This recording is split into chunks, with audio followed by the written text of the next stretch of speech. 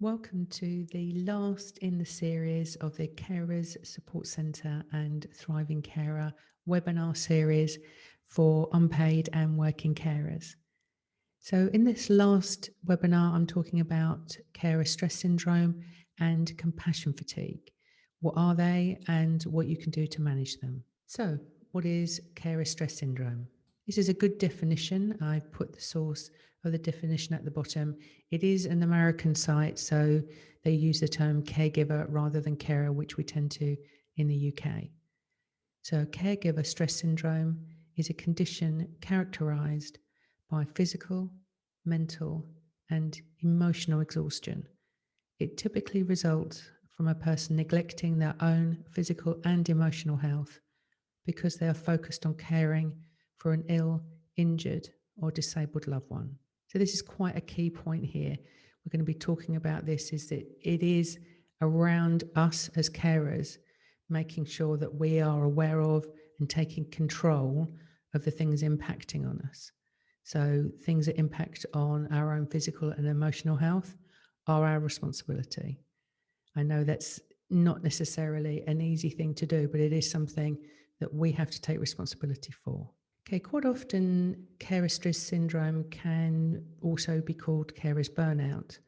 And when I was researching this, I actually wondered if carer stress syndrome related to a medical condition. I can't find anything that confirms that. So it is really around the mental and the psychological element of being a carer, whether that's full-time or not, whether it's active caring or pre-caring or post-caring. So it's quite often around not setting reasonable boundaries. And the word reasonable there is the important part, because for each of us, our ability to set boundaries will be different. They're unique to all of us and our situations, and also those will change with time. So, on that caring journey, whether it's at the beginning and you're planning out and setting boundaries to go into the caring role, whether you're a working carer, whether you're active caring, and when you're post caring, again, it's going to be likely that you will be changing those boundaries, but what they have to be is reasonable, and they have to make sure that they're meeting your needs as well as your loved ones. When I did my dissertation for my master's, it was around carer to post carer identity transition. So, identity is something that I believe is a strong element of the emotional, psychological impact of caring. And carer's stress syndrome can be losing that sense of self. As the caring role becomes more intense or more consuming, that could be either in time or the activities that you need to do as a carer, that sense of you, your sense of self, can be overwhelmed. Now, that's not necessarily completely, so you don't completely disappear into being a carer and nothing else. There's obviously balances, and again, that can be determined by perhaps whether you are still working, whether you have strong family connections, friends connections, connections with groups that you still see. But what is clear is that the caring role can mask the other identities that we have. So that could be, say, wife, son, partner, daughter, friend. So it's something to be mindful of, that particularly as the caring role continues and perhaps the level of activities and commitment that's required from you, that your sense of self can be masked, and your other identities can be masked by the caring role. Another element is not managing expectations of others. And that's also not managing your own expectations of yourself.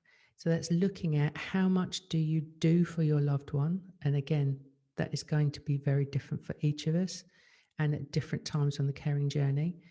But also, while you're doing that, compare how much you do for yourself, because quite likely there's an imbalance there.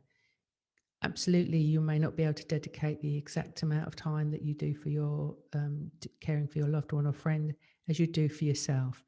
But if there is nothing in the you pot, if you're not doing anything for yourself, then it's going to be overwhelming what you're doing for your loved one or friend. And you are, as a person, going to suffer as a result of that. So that's a really good opportunity, is looking at like scales and seeing how are they balanced. Is it perhaps too much on one side? Could be actually you're spending too much time thinking about yourself, and there's a disbalance between how you're able to care for your loved one, and that may cause stress as well. So it's a good exercise to look at that balance. I talk a lot about values. Values are so important, and they make up who we are and drives really what we do. And for me, I was a police officer, and my calling in life is to serve and protect. That's all I've ever wanted to do. My earliest memories is helping other children, whether they wanted to be helped or not, and helping people. I've been a volunteer since I was 13 years old. I've always tried to be in roles and do things where I can do as much as I can to help others. However, again, that can be overemphasized, and you can do those things, even if they're part of who you are, to the detriment of your own mental and physical well-being. So values are very important, understanding them. And I've put an exercise in the resources sheet called the values elicitation to remind yourself of your values, but make sure that within those values, you are actually taking care of yourself as well as taking care of others. One of the big challenges for a lot of carers is that they don't self-identify as carers, and I can't go into that today. I have done an article and a podcast about that, and I will put the link in the resources sheet. Not recognizing yourself as a carer, whether that is caring for a loved one or friend, it doesn't matter who it is, or for how long you're caring, or what stage in that caring journey you are, there is help and support. Organisations and charities like Carers Support, like Thriving Carer, there are local ones, there's regional ones, there's national ones. Also, your GP, your doctor, they can signpost you to professional support services such as counselling. I know there are actually providers, some local carer support providers that actually support carers with counselling as well. So do think about your role, even if you don't want to have what you feel is a label of carer, that's absolutely fine. But do think about reaching out to those organisations that can help and support, because they are there, and it's more often than not, it's free at source access to information and support for you. Social isolation is an important impact factor, and quite often there is a lack of opportunity, or sometimes will, on behalf of the carer, to discuss difficult thoughts and feelings as they come up with friends and family, and again, professionals. By not talking about these things, even if they're really difficult and uncomfortable emotions, not talking about them has a negative, quite a significant negative impact on our emotional and physical well-being. Quite often, as the caring role intensifies, we can have a reduction in our physical health because we're perhaps just grabbing food on the go. We're not thinking about the nutritional value of it. In fact, that we need to put fuel in to be able to get energy out. And perhaps we can't exercise like we used to, go to the gym or go running, even perhaps down to your sleep patterns become poorer. All of that adds to a stress load on your brain and on your body, and the two are completely sort of connected and not independent on each other, but on areas that we're talking about here do impact on each other very much. So poor psychological health, and talking about lack of mental stimulation, one of the things that can happen, particularly, and I've talked about isolation, is that your role is so intense, perhaps the medical needs or the attention needs of your loved one or friend, is that you're not getting any other stimulation from anywhere else. So whether that may be perhaps you've worked or you've volunteered or even meeting friends, COVID has obviously added to that. But if you're not getting any stimulation in terms of your own psychological needs, that can add to negative feelings, thoughts and emotions. So definitely something to think about when you're looking at the whole area of perhaps a little bit too much isolation not reaching out and speaking to other people. Lack of time is something that a lot of carers really struggle with. And the first thing that goes out the window is your own needs and thinking about things that you would like to do for you. I can't stress this enough. Having a break of some sort, and I have been the worst at doing this over the last 3 years, or nearly 4 years. And it's really only now that I'm beginning to understand the huge negative impact that's had on me. Having, even if there's small micro breaks, even if they're just breaks in your head, even if you can't go anywhere, and if you can, try and build in longer breaks, hopefully now as services start to open up again, they're still going to be under a strain, but hopefully things like daycare centres, perhaps carers being able to come in and give you a proper break is so, so important. So you can focus on something for you, not as a carer, not as anything else, not as a friend or a husband or wife or lover or partner, but just you. So why it is important to recognise carers stress syndrome. I've spoken in previous webinars about our reptilian brain. So that's the oldest part of our brain, and it's the part that controls fight, flight, or freeze. So back in the day when we were running away from dinosaurs, etc., that was really useful, because when the danger suddenly came up in front of us, or we saw another member of another tribe, then our bodies was flooded with adrenaline, which helped to pump up the muscles to get ready to run away or fight. And then cortisol would be introduced into the blood system, which would start to reduce adrenaline.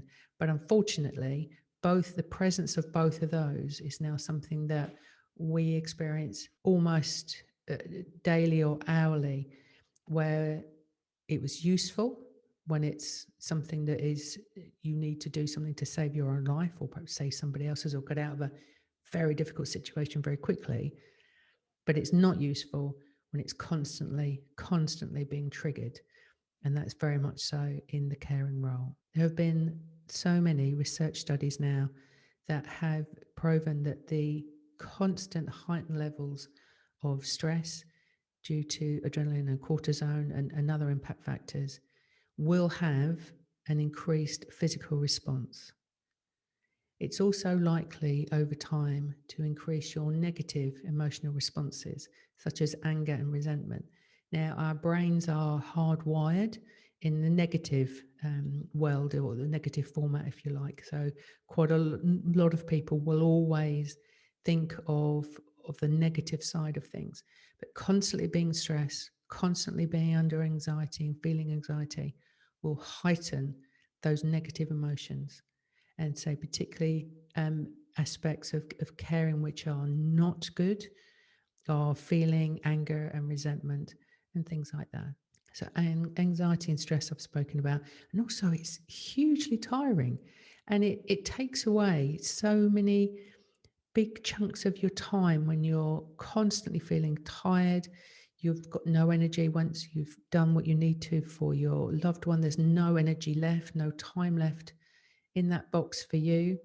So recognizing when you are stressed, what's triggering that stress is really important. The World Health definition of health is a state of complete physical, mental, and social well-being, and not merely the absence of disease or infirmity.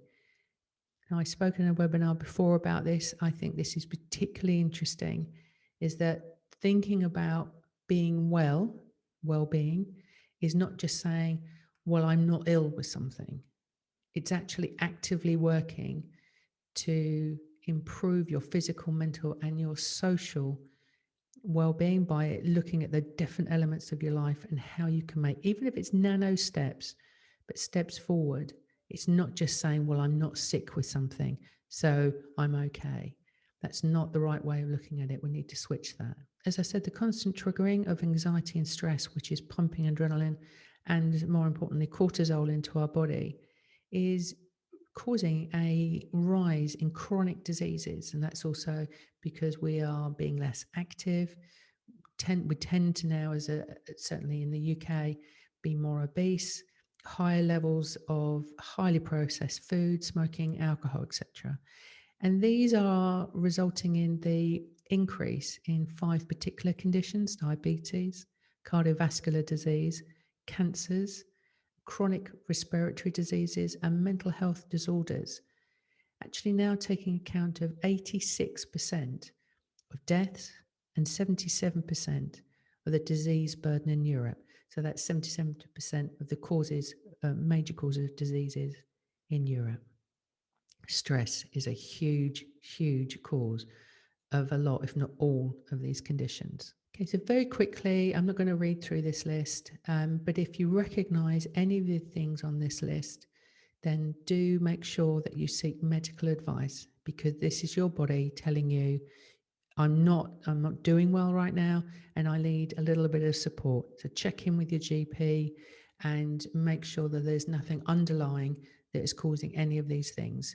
If there isn't, then it is likely that you are suffering from heightened levels of stress or anxiety. So how can we manage carer stress syndrome and the stress and anxiety that can go with that? One of the things you can do is to ask yourself some questions.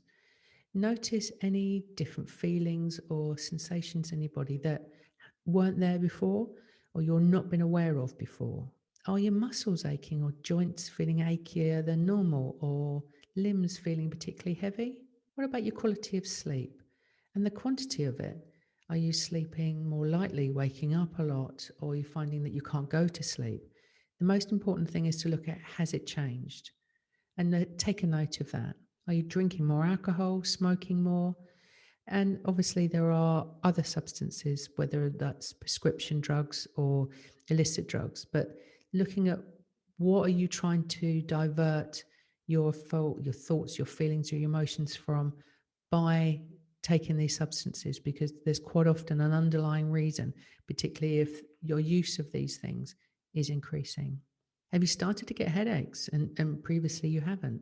Or you've had headaches before, but you've noticed that you're getting them more often or more intensely?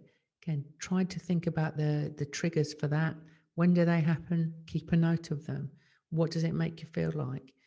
The environment, what happened before the headache came on. All of these things are really useful to start to make a difference in hopefully reducing them. Got to be honest with yourself on this one. Are you snapping at people more? Are you more irritated by what people do? Are you expressing yourself perhaps not in a good way? Perhaps the filter that you would normally have in how you speak to people, has that gone? And when you do speak to them, you feel really irritated by it. Not everybody will notice a change in their eating patterns when they become stressed. I know I do. And I immediately try and find something sweet or salty to eat. So just being aware of, has your eating patterns changed? Has the food, the type of food that you're eating, has that changed? Is it more highly processed? Are you buying more takeaways? And that can have a financial impact as well. So just being aware of it. Also, being aware of whether or not your actual appetite is increasing or decreasing. For a lot of people, they find that they're not hungry. And in fact, they're not eating, they're skipping meals. That's either because the time that it takes to have that meal, they feel they can't take that time, or they're just not hungry. And likewise, if you suddenly feel that you are feeling more hungry more often, just taking note of it. And these two are probably the most important. Notice if you are feeling more emotional. And even if the smallest thing is perhaps setting you off, making you cry or angry or experience a whole set of negative emotions, try and take note of that. Keep a little diary, a journal perhaps. What was a trigger? What happened just before? What do you believe that triggered, caused that emotion? What was the emotion? If you don't have, you can't describe a word for it, then write it down, and later on you may find a word that reflects how you felt at the time. But as importantly, and particularly when we go on to talk about compassion fatigue, is that, are you feeling less emotion? Now, you may not necessarily notice this so quickly, because we don't tend to notice the absence of things so much as we do when they become more often or more intense. But perhaps reflecting if a situation would perhaps normally make you react in a certain way, actually you're not having any emotional reaction to it at all. Same as I said before, look at that situation, look at what would normally make you react, how would you normally feel, what would you perhaps normally say or do, and then get that written down so you can keep track of it, because it's as important to keep track of the lessening or the dampening down of emotions, because that is telling us something, and that should be telling you something about how you're feeling. Okay, some practical exercises and activities. A mindfulness body scan. I've put a link to how to do this. It doesn't take very long, and it's quite a pleasant experience because you're giving time to yourself, and you're literally with your head, obviously not your hands. You are scanning down your body. Now you can either start from your head and then scan through your body to your feet, or start the other way. Some people like to start at their feet and then scan up. But at each part, you're stopping and noticing, does that feel tense? Does it feel achy? Does it feel really heavy? My arms feel really heavy, or my legs feel really heavy, or my shoulders, oh God, they're really, they're scrunched up next to my ears. So it's about taking notice of things and actually saying, yeah, what I can do now is I'm going to be aware of the fact that my shoulders are scrunched up by my ears. And actually, I'm going to deliberately stop, notice, and relax, and to start to deal with some of the physical impacts of feeling stress. There are lots of different regulated breathing techniques, and some of them have a specific aim or outcome. I particularly like 7-Eleven. It's a very general one. I call it one breath, because you really only need to sort of do it once, possibly twice, but generally I find once is enough to give me enough time for my brain to stop if it's running away with unhelpful thoughts. And it's also enough time for me to make sure that I'm present in my life, that I can deal and manage with what I need to. I will put a link to a audio and written version of this, but it's very, very simple. You're breathing in, if you can, through your nose for a count of 7, holding your breath for a second, and then breathing out through your mouth, if you can, for a count of 11. Now, that's actually quite a lot. And what we're doing here is getting rid of all the old air in your lungs, which we don't really change it all the time. And it's pushing that out and allowing fresh oxygenated air into your lungs, which is then going to go straight into your system, and it's going to give a little boost to your brain and help with making good informed choices. If you've tried meditation before, then you'll know how impactful that can be.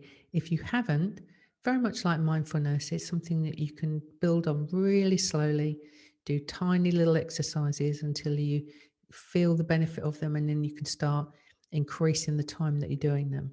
Love and kindness is a really good meditation for caring for someone, and also for caring for yourself. I've put a link to the audio and written versions of that. So make sure that you get some time for you. And it doesn't take very long. I think it's sort of 5 to 10 minutes max. And then just do it, and then give yourself a little break. Perhaps a couple of days later, do it again. And then gradually you'll be able to actually get into it very quickly. And you'll remember the words and the sentiment and how it makes you feel.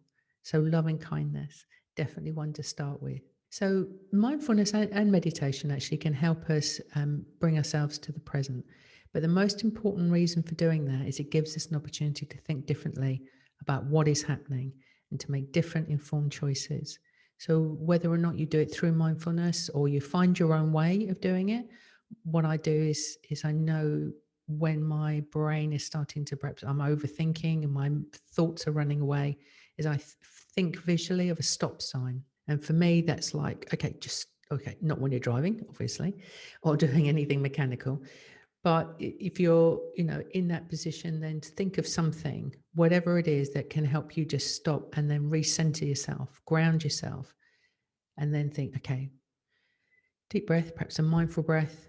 What do I now need to do to either manage this situation or to help myself to start stepping back and reducing how I'm feeling, which could be highly stressed or perhaps feeling anxious. You can't beat fresh air. And if possible, getting out into nature is such a good tonic, even if it's raining, just feeling the raindrops on your face, the wind in your face. It is such a powerful tonic. Now, I appreciate we can't always take time, we can't always leave our loved ones to go outside for long walks, but even just looking out of the window, a fellow student of mine, Paul Conway, did a whole research project around called Skyology, and it's like looking at the clouds, using it to perhaps imagine different things, looking at faces, and to lose yourself just for a little while in the magic of the sky or the colors on the trees or the birds or the bees. So just do something, and you can even just, if it's just looking out of a window for 5 minutes. If you can, try and get some physical stimulation into your life. I'm starting this HIIT, which is high intensity training technique, I think, and it's literally 5 minutes. So it's 1 minute of one type of exercise, and then a little break, and then another minute of another type of exercise, and you're doing that 5 times. So most of us can find 5 minutes to do something to get that blood pumping around, getting that oxygen to the brain.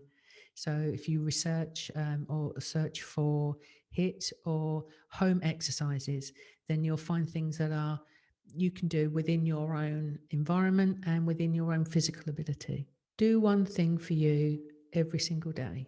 Doesn't matter what it is. Read a paragraph in a book. Say, look out the window. If you enjoy watching a particular program or playing gaming, just something, one thing for you every single day, and don't miss a day. I spoke about loving kindness earlier, and it is important because we show our loved ones and our friends so much kindness. But if you're not showing yourself that same kindness, it will impact, and eventually it may well lead into compassion fatigue, which we're going to talk about in a minute.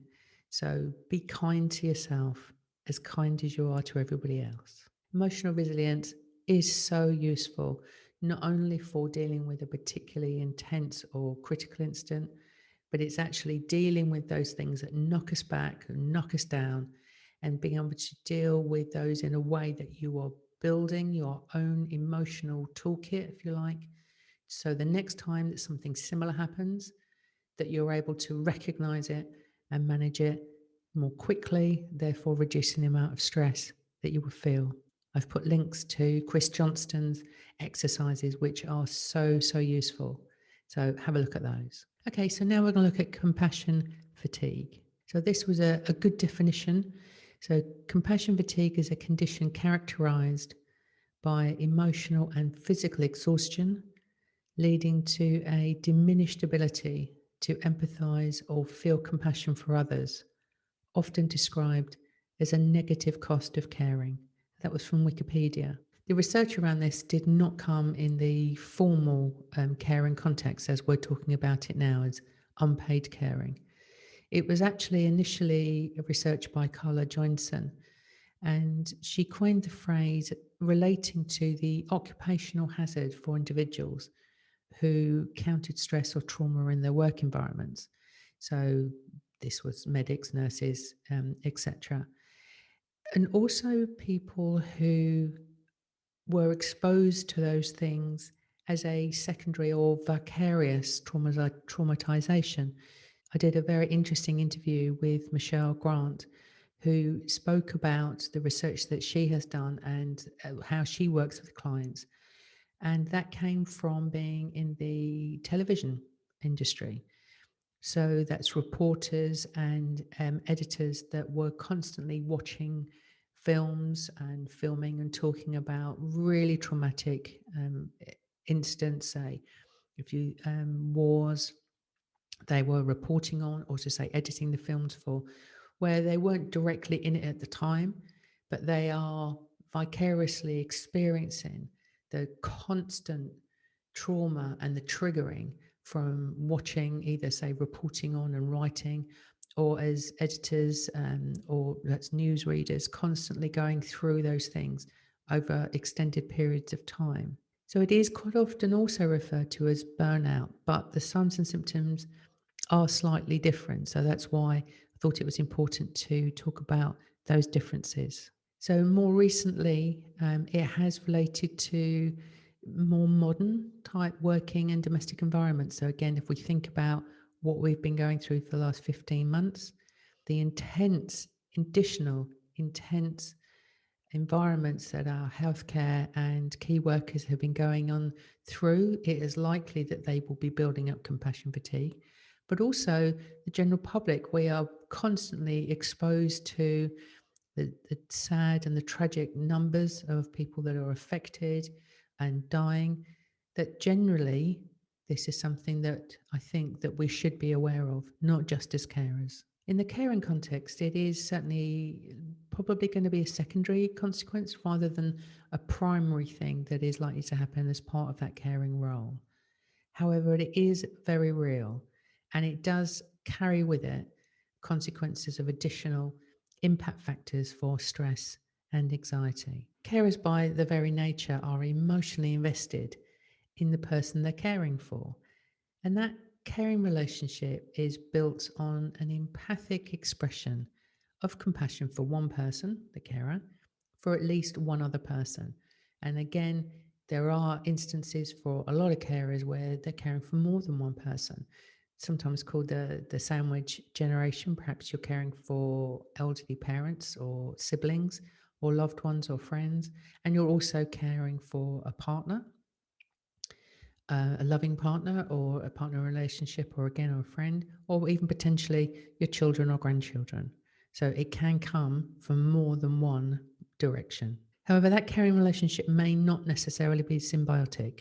So by that, I mean that potentially the cared for person isn't able to give back any compassion or love because they may not understand or be aware of what's happening to them, or perhaps they're very young and they're children, and again, they're not aware of the situation that they're in. But as I mentioned with carer stress syndrome, one of the impact factors is having an unrealistic expectation of the caring role. And quite often, this is self imposed. We self impose upon ourselves these ridiculously high standards that we have to meet. And that's possibly because we've read Facebook posts or posts on forums about what other people are doing. And we compare ourselves to them and think, well, I should be doing that. That is really unhelpful because that situation of the other person you're reading about is going to be completely different. Even if the type of caring is similar, they're a different person, their circumstances are different. So comparing ourselves with others and trying to reach a standard that nobody humanly could reach is going to have an impact on your mental well-being. Compassion fatigue exists on a spectrum. So it's not a fixed point, something that it is or it isn't. It's on, if you like, a timeline. So from one end, it would be perhaps the effect of it or the feeling of it could be quite mild and dialed back, right along that timeline or that spectrum, right to the other end where it can be completely intense, where we'll talk about the symptoms in a minute, but there may be actually no emotional feelings or any triggers left at all. So don't think of it as a fixed thing in time or place. It is very much a spectrum, and we can be on it and traveling backwards and forwards constantly. It can be associated with an extended period of time. So being constantly exposed over an extended timeline of perhaps either caring, perhaps before you've entered the caring journey, while you're actively caring, or even the ending results of that once that caring journey has ended. But it may not necessarily be the case. Some people can be moved much more quickly because of the circumstances and because of them, who they are and how they deal with things. So although it tends to be over an extended period of time, again, it's not a black and white thing. It can be somebody who suddenly feels that those symptoms of compassion fatigue quite early on in that caring journey. So really, this is what I'm saying again, there's no fixed position. So be open all the time to the possibility that if it isn't something that you're aware of now, it's something that could happen in the future. One of the things that it is likely to do, and particularly as it increases, is it will change your normal levels of emotional response. Now, that won't necessarily just be towards your loved one or friend. It could be in how you're reacting to other family members, other friends. So it's noticing a shift in how generally you would interact or how you would respond to triggers with those that are around you and for those people that you are coming in contact with, and the different situations that you may come across that previously you would perhaps cry at adverts with children or cute animals in them, and suddenly you're not. So it's not, again, just a one focus thing. It can impact on all areas of your life. So I spoke before about the spectrum, and that any one of these things can be present. They can be present for a short period of time, and then actually, you step back from that, or actually they could get so they become more intense. And one of those is emotionally and physically just being completely depleted. And it's described by Michelle as having no fuel left in the tank at all. It's, if you think about it as a campfire, where that campfire has been burning for ages, and that's us caring for our loved one and friends.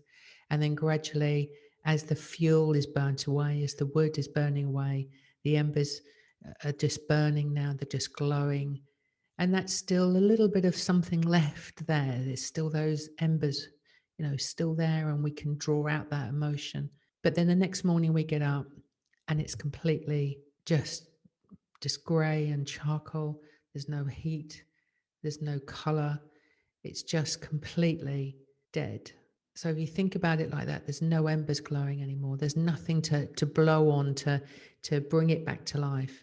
There's a complete absence of emotion in this particular case, what we're talking about. So the stress we feel, particularly in compassion fatigue, is greater than our ability to tend to the things that we need to attend to.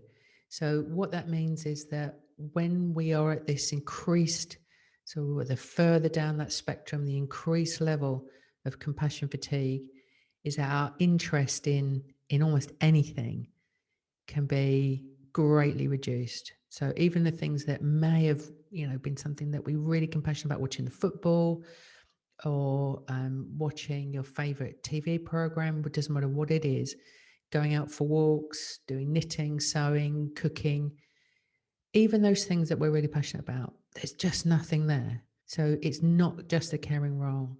It can impact on anything that we would normally associate with good or, in fact, any emotion. Compassion fatigue is also described as empathy is exceeded by the sense of helplessness. So when we feel helpless, now that may be because of the enormity of the caring role, or just because it's been going on for so long and we've had no breaks, then we lose our sense of being able to control anything in our lives. We have no sense of hope or meaning or compassion. So again, it's that dialing back of all those things, all those emotions. Negative emotions are as important as positive emotions in our lives. They're telling us something. They're there for a reason. So the absence of all emotion is telling us that there is something really not quite right. Okay, so this list really is more of a way of perhaps checking if any of these things are something that you're aware of.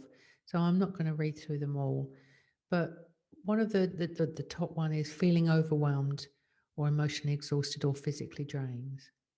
Avoidance actually is something that you may notice before you notice other things. You don't really want to go in, put the key in the door. You're staying work, perhaps late at work, or going shopping for a little bit longer. So if you read down that list and you notice anything, maybe all of those things or just one, it's a spectrum. But just being aware that these are some of the things that you can be feeling, or even the absence of, if compassion fatigue is something that is affecting your life. So why is it important to be aware of compassion fatigue? As compassion fatigue is a systematic absence of empathy and compassion for someone. There are two main areas we need to be concerned about. The first is the impact on your psychological and physical well-being. And as importantly, it may negatively, even potentially dangerously, impact on the psychological and physical well-being of the cared for person. So how can we do something to reduce or even stop compassion fatigue becoming part of the caring journey. Caring is hard, and at times we need to just step away and reflect on where we are and be honest with ourselves about what it is that we're doing or not doing. If you identify yourself as a carer, it's something that if you take that first step, you can start to acknowledge that there are going to be things bigger than you would normally have dealt with that you actually need to be thinking about. View that caring relationship or the situation that you're in a non-judgmental way. By that, I mean taking away the potential triggers that either roll you up and make you very emotional, or are starting to dial back those emotions, and actually look at it from a practical position of, I'm delivering X level of care, I need to do X, Y, and Z to get this done, and making sure that you're not doing things that you don't need to do, and thereby perhaps releasing some time for you, or perhaps that you need to be doing more of something else to ensure that you can provide the level of care that's needed. But try and look at it without judging how you're doing it, how is it making you feel, or by judging the person you're doing it for and perhaps blaming them for the situation that you're in. If you do notice strong emotions, try and identify what they are. As I said earlier, you may not necessarily have a particular word for them, but write down how it makes you feel, where in your body it's coming from, what's it making you feel like. And then start just saying, okay, you're there, that's what I feel. It doesn't define who you are. And just let that emotion, that feeling just subside. Don't try and get rid of it, because that never works. Just let it sit there and unhook from the impact that it's having on you. And then go back to the exercises that I mentioned earlier, like carer stress syndrome in the how slides. But if this doesn't work to help to reduce those strong emotions, then really do consider speaking to your GP or a mental health professional. But just as importantly, if you're not feeling any emotions at all, try to identify what may be suppressing your emotions. Is it a particular situation, or is it generally how you're feeling in yourself now that you're not being triggered by anything to feel any sort of emotion?